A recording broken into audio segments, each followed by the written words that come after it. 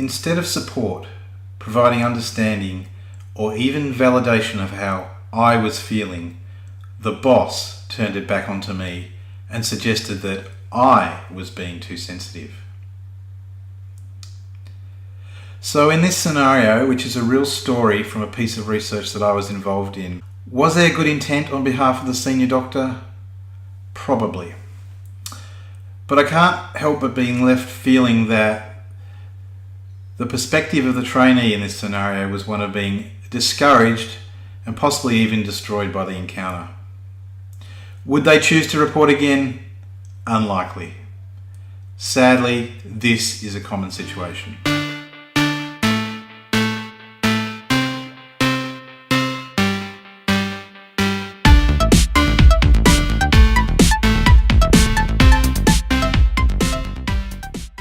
Hello, I'm Anthony and welcome to Bad Med Bosses.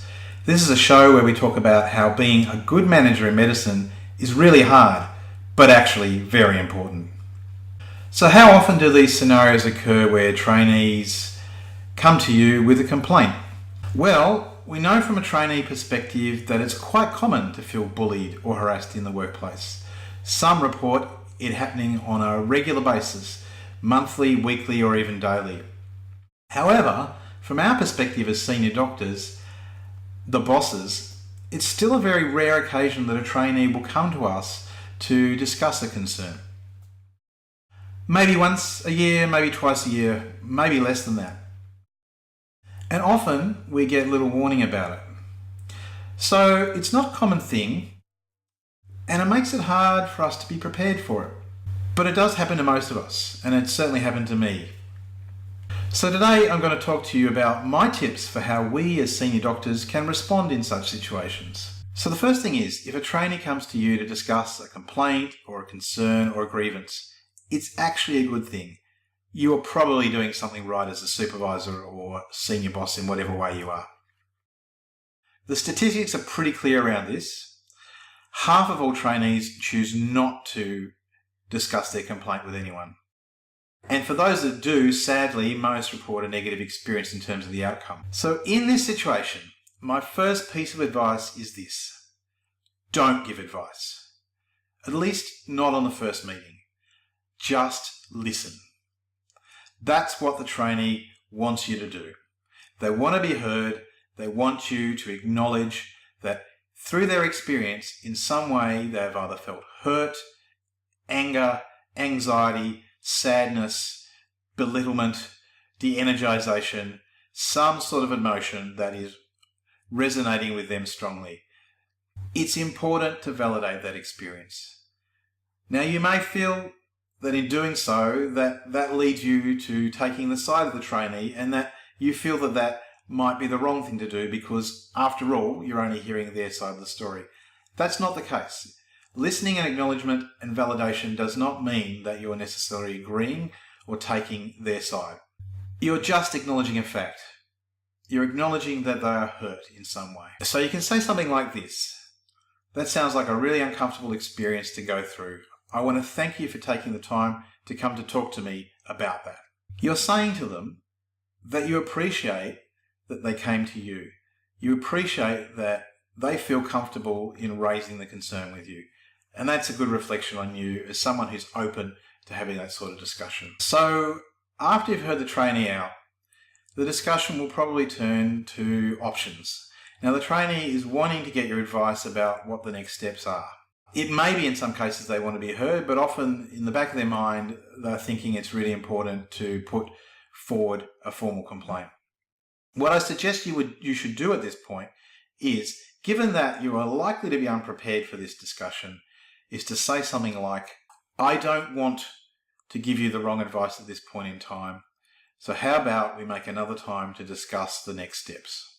I will get you your best options. Now, why would that be a good strategy?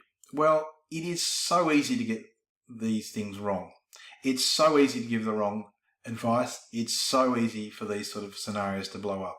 There's a lot of process, there are a lot of rules, and there are a lot of things that you need to know about in terms of conducting a complaint. And it's unlikely that you know all that information. You're not the expert. There will be policies that you need to read. There are processes that need to take place, particularly if this goes down the route of a formal complaint. For example, the person being complained against generally has a number of rights, of which include things like to know the nature of the complaint against them.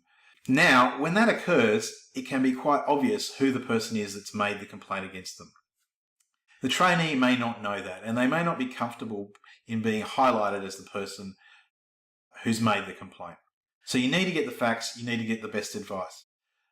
You need to give the trainee some options.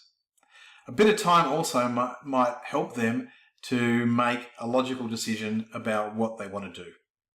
They may be coming to you feeling very distressed, and their emotions may be overriding some of that other thinking. So go away and find out what needs to happen, and then make a time to meet with them again. Also, find out how the trainee can be supported along the way. There's usually something like an EAP program or someone they can speak to, someone who can support them through the process.